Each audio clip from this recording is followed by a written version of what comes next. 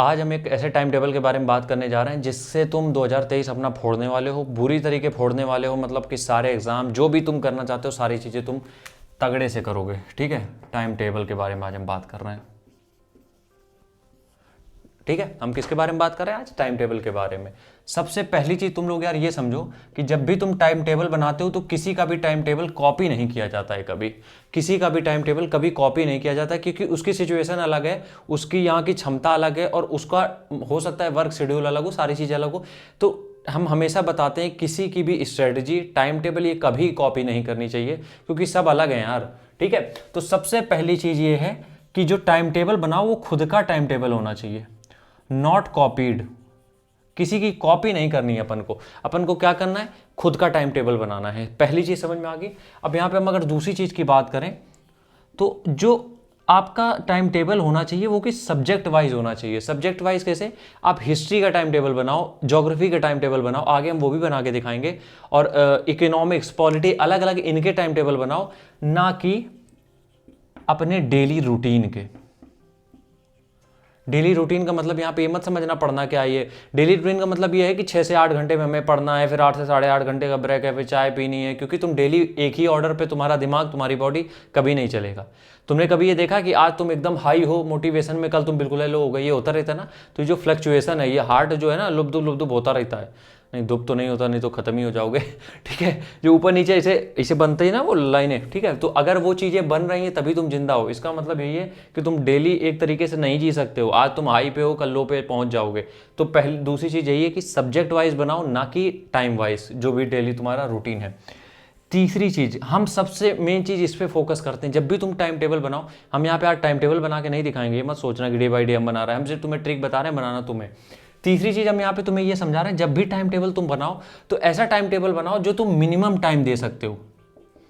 Minimum time, समझो मेरी बात को यार। अगर तुमने आज पढ़ाई शुरू करी है, हम उनके बारे में बता रहे हैं, और ये पहला टाइम टेबल आपका 21 दिन का होना चाहिए, क्योंकि ये एकदम साइकोलॉजिकल फैक्ट है कि 21 दिन में चीज़ें तुम्हारी रिटेन मतलब सॉरी इस्टेब्लिश्ड हो जाती हैं कि तुम फिर उसी ऑर्डर में काम करने लगोगे। मिनिमम, अगर तुम्हारी क्षमता, तुम्हारा दिमाग कह रहा है कि तुम 10 घंटे पढ़ ले जाओगे, पंडित जी तुम 10 घंटे का टाइम टेबल बनाओ, खत्म करो उसको, तुम 6 घंटे का बनाओ। अगर तुम्हारा दिमाग बोल रहा है कि यार 6 घंटे तो एक सिटिंग में बैठ लेंगे, तो तुम 5 घंटे का बनाओ, क्योंकि दिमाग को हमेशा तुम्हें या तो बढ़ाएगा या तो बिल्कुल नीचे ले जाएगा। ठीक है, तो मिनिमम टाइम का टाइम टेबल बनाओ शुरुआत के 21 दिनों में, फिर अपना बढ़ाते रहना, क्योंकि तुम्हारे अंदर क्षमता आ चुकी। टाइम टेबल पहला जो होना चाहिए वो मिनिमम टाइम के लिए होना चाहिए। तीसरी चीज़, अब यहाँ पे हम अगर चौथी चीज़ की बात करें, तुम्हारा ये चीज़ें डिसाइड होगी कि सब्जेक्ट वाइज करना है, मिनिमम ये करना है, कितना। अब तीसरी चीज़ तुम्हारी जो सबसे मेन होनी चाहिए वो टारगेट होनी चाहिए। टारगेटेड स्टडी होनी चाहिए, ना कि आपको टाइम लिमिट कि तुम्हें 10 महीने हैं तो तुम्हें 10 महीने में पूरी तैयारी करनी ही है, तो डेली 2 घंटा अगर हिस्ट्री पढ़ते रहेंगे तो ये हो जाएगा। नहीं, ये मत करो। टारगेटेड स्टडी का मतलब ये है कि तुम ये यार टॉपिक लिखो अपने, जैसे कि तुम हिस्ट्री पढ़ रहे हो। ठीक है, हिस्ट्री पढ़ रहे हो तो तुम ये देखो कि तुम्हें मॉडर्न इंडिया 2 दिन में, 3 दिन में, 5 दिन में खत्म करनी है, और कौन कौन से टॉपिक खत्म करने हैं ये सब लिखो। जैसे कि मान लो तुमने यहाँ पे डे 1 डाला, डे 1 टाइम टेबल में। ठीक है, और ये टाइम टेबल डेली नहीं बनाना होता है, सॉरी एक बार में नहीं बनाना होता है, आज रात में सोते समय कल का सेट कर दो। ठीक है, डे 1 जैसे तुमने किया तो तुमने अब ये कर दिया, तुम्हें हिस्ट्री के ये 4 टॉपिक पढ़ने ही हैं। तुमने मैथ में ये कर दिया कि तुम्हें इस टॉपिक के बेसिक तुम्हें समझना ही समझना है, इस रीजनिंग में इस टॉपिक के तुम्हें 50 से 70 सवाल लगाने ही लगाने हैं। तो ये होती है टारगेटेड स्टडी। अगर तुम इस चक्कर में रहोगे कि 1.5 घंटा तुम्हें रीजनिंग करनी है, 2 घंटा मैथ करनी, तो इस चक्कर में दिक्कत ये हो जाती है कि हम उसी टाइम पे स्टक रहते हैं, और फिर हम अपना दिमाग जो रहता है वो घड़ी में रहता है कि जहाँ 1 घंटा 59 मिनट हुआ किताबें बंद, क्योंकि हमने टाइम टेबल 2 घंटे का बनाया था। तो ये चीज़ें मत करो। ठीक है, हमेशा याद रखो कि जब भी तुम टाइम टेबल बना रहे हो तो तुम्हारा टाइम टेबल जो होना चाहिए वो होना चाहिए टारगेट। ठीक है, टारगेटेड एग्जाम होना चाहिए टाइम टेबल।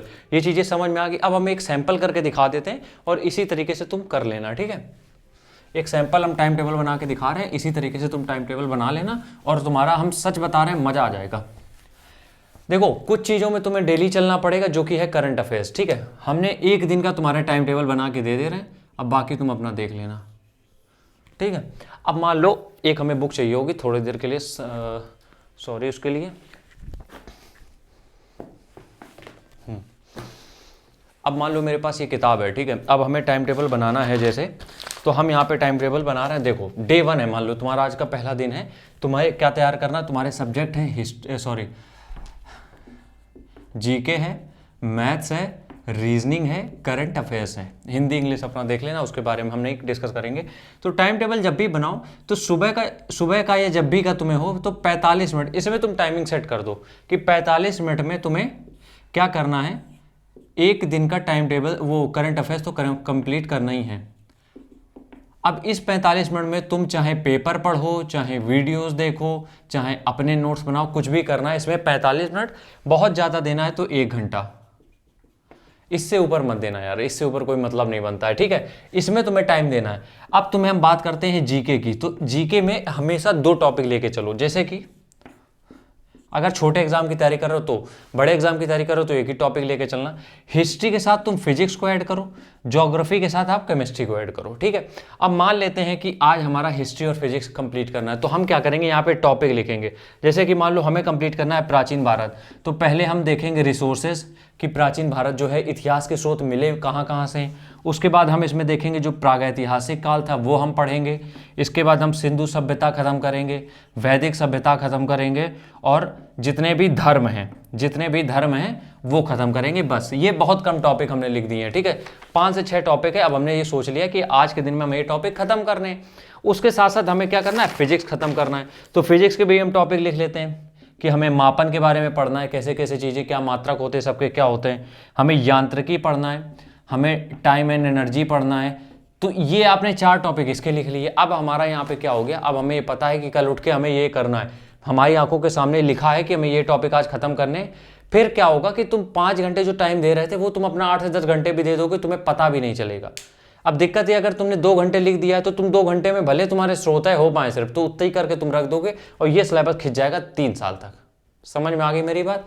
इसी तरीके से रीजनिंग में, अब रीजनिंग में मान लो जैसे कि रीजनिंग में एक टॉपिक है, कौन से टॉपिक की बात कर रहे थे, सादृश्यता या समानता, जो बेसिक टॉपिक है हम उसी के बारे में बात कर रहे हैं। अब तुमने ये सोच लिया कि यार इसके कम से कम हम आज 100 सवाल तो हल करेंगे ही करेंगे, क्योंकि तुम्हें भी पता है यार इसमें कोई रूल्स या वो फॉलो नहीं होते। इसमें प्रॉपर आपकी कैलकुलेशन मैटर करती है, मतलब कि कितना तुम दिमाग अपना तेज कर पा रहे हो। बेसिक से जो रूल्स होते हैं कि नंबरिंग का अरेंजमेंट किस तरीके से क्या होता है और कैसे चिन्ह देखने इधर उधर जो भी चीज़ें हैं, तो इसके तुम 100 सवाल के डेली टारगेट बना लो, या 50 सवाल का मिनिमम जितने भी रखने हो, टॉपिक लिख के कि इस टॉपिक के तुम्हें 50 क्वेश्चन इस किताब से, इस मॉक टेस्ट से तुम्हें सॉल्व करने ही करने हैं। इसमें टाइम मत देखो कि 1 घंटे में करने हैं, 40 मिनट में नहीं, 1 घंटे में करने हैं और हमें खुद से करने हैं। तो ये बेसिक सा एक स्ट्रक्चर हमने बना के दिया, इस तरीके से तुम कर सकते हो यार, और यकीन मानो बहुत अच्छा लगेगा तुम्हें भी। अब समझो रिवीजन के बारे में हम नेक्स्ट वीडियो में बात करेंगे, क्योंकि रिवीजन करना भी बहुत जरूरी है, ठीक है। तो ये चीज हो गई टाइम टेबल की। टाइम टेबल अब हम जब रिवीजन का वीडियो बनाएंगे उसको इसमें ऐड कर देना, ठीक है, तो तुम्हारे लिए चीजें आसान हो जाएंगी। कल फिर मिलते हैं, तब तक के लिए राम राम, जय हिंद।